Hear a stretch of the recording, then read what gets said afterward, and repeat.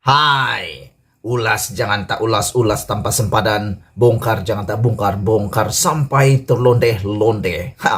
Isu paling hangat malam ini apabila ada ulasan terkini, laporan terkini yang kita terima, UMNO berpotensi untuk diharamkan sekali lagi. Wow, hebatnya berita ini, hebatlah laporan nih.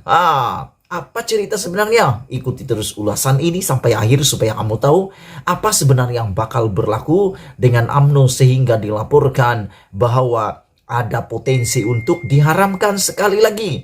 Dan yang menarik juga ulasan pada malam ini adalah tentang beberapa orang di dalam UMNO yang besar-besar, yang luar biasanya orang-orang ini penting, orang-orang besar dalam UMNO bakal tidak dicalonkan. Dan adakah Ismail Sabri Yaakob juga berpotensi tidak dicalonkan dalam PRU 15? Ikuti terus ulasan ini, jangan kemana-mana, ikuti sampai habis. Isu ini kita akan ulaskan bersama-sama.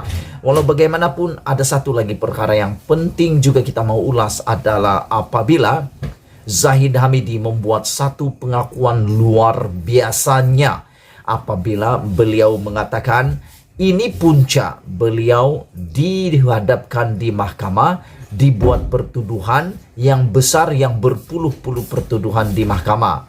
Ikuti terus ulasan ini untuk mengetahui apakah pengakuan Zahid Hamidi yang luar biasa ini. Dan isu yang seterusnya yang kita akan ulas juga adalah siapa sebenarnya yang akan terpilih Perdana Menteri dalam Parti Barisan Nasional, gabungan Barisan Nasional daripada Parti UMNO. Adakah Ismail Sabri akan jadi Perdana Menteri lagi, atau Muhammad Tohmat, ataupun Zahid Hamidi, atau Najib Tun Razak yang akan menjadi Perdana Menteri selepas PRU? 4 isu ini kita akan ulas sehabis-habisnya. Baik, kita mulakan dulu dengan ulasan pertama, laporan bahwa UMNO ada potensi. Apakah UMNO akan terdedah untuk diharamkan lagi? Ini isu paling hangat. Ini semua timbul akibat daripada usul tangguh lagi pemilihan dalam UMNO. Isu usul tangguh lagi pemilihan tiada dalam perlembagaan. Apakah UMNO terdedah untuk diharamkan menurut Sahbudin? Laporan beliau ataupun ulasan beliau begini. Dengarkan baik-baik supaya kamu mengerti. Perhimpunan Agung UMNO atau PAU 2021 yang berakhir sebentar tadi, sebulat suara meluluskan usul menangguhkan pemilihan parti selama 6 bulan selepas PRU 15 diadakan. Bermakna ini adalah penangguhan kali kedua yang mahu dinikmati UMNO setelah pemilihan parti semasa sudah pun ditangguhkan selama 18 bulan yang tempohnya berakhir pada 29 Desember tahun ini.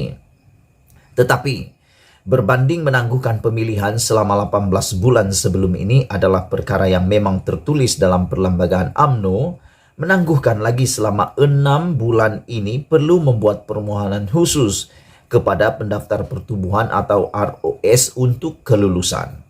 Timbalan Presiden UMNO Muhammad Hasan dalam ucapan penggulungannya berkata, sehubungan itu UMNO akan membuat permohonan segera kepada ROS berkaitan perkara tersebut. Beliau juga meminta Perdana Menteri Ismail Sabri Yaakob agar campur tangan bagi memastikan permohonan itu tidak berdepan masalah. Nampaknya belum apa-apa lagi Muhammad Hasan atau Tohmat sudah pun menunjukkan kecenderungannya untuk UMNO campur tangan dalam hal ehwal kerajaan. Belum Perdana Menteri, belum jadi apa-apa, belum menang PRU lagi, sudah ada kecenderungan untuk UMNO campur tangan dalam hal ehwal kerajaan. Anda boleh tinggalkan komen Anda tentang isu tadi itu. Dalam masa yang sama, dengan penuh yakin beliau menegaskan, bersama lulusnya usul tersebut berarti jika PRU 15 diadakan pada tahun 2030 sekalipun, pemilihan UMNO hanya akan diadakan 6 bulan selepas itu.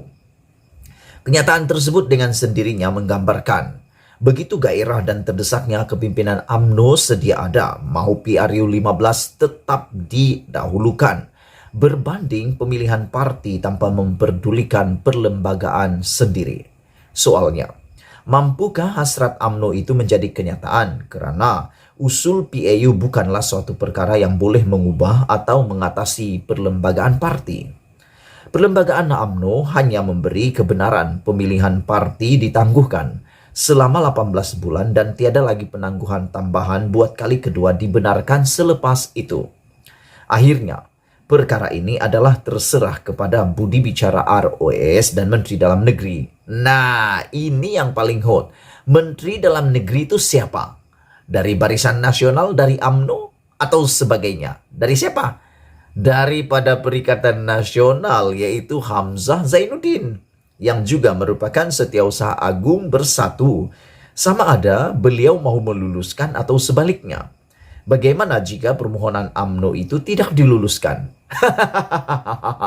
Ini paling luar biasa. Bagaimana kalau Hamzah Zainuddin tidak mau kompromi dengan Perdana Menteri untuk meluluskan permohonan kali kedua ini karena dalam perlembagaan UMNO tidak tertulis boleh membuat penangguhan kali kedua selepas 18 bulan. Jadi adakah perlembagaan yang tidak tertulis ini boleh diluluskan oleh ROS yang berada di bawah pentadbiran Menteri Dalam Negeri, yaitu Hamzah Zainuddin Setiausaha Agung Bersatu yang selama ini telah berkali-kali dalam PRN.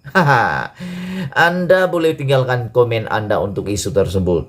Atau jika permohonan itu ditolak oleh ROS, ini akan membuatkan UMNO lebih mengasak Ismail Sabri Yaakob hingga ke dinding agar segera membubarkan parlimen secepat mungkin. Bubar parlimen bermaksud pilihan raya lah kan.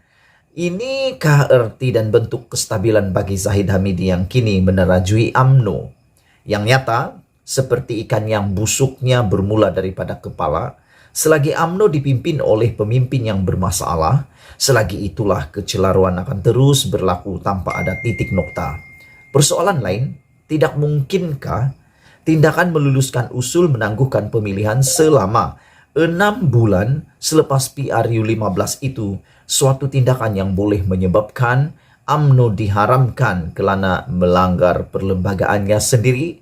Wow, ini persoalan yang perlu kamu jawab sekarang. Sebelum kita pergi ke isu yang seterusnya, sila tinggalkan komen Anda. Apakah Hamzah Zainuddin akan meluluskan permohonan kali kedua ini selepas walaupun tiada dalam perlembagaan UMNO? Atau adakah Ismail Sabri Yaakob akan campur tangan dalam permohonan tersebut seperti yang digesa oleh Tokmat? Anda boleh tentukannya sekarang apakah ini yang dikatakan kestabilan politik. Kestabilan politik yang mana desak-mendesak datang daripada parti sendiri. Sila tinggalkan komen Anda.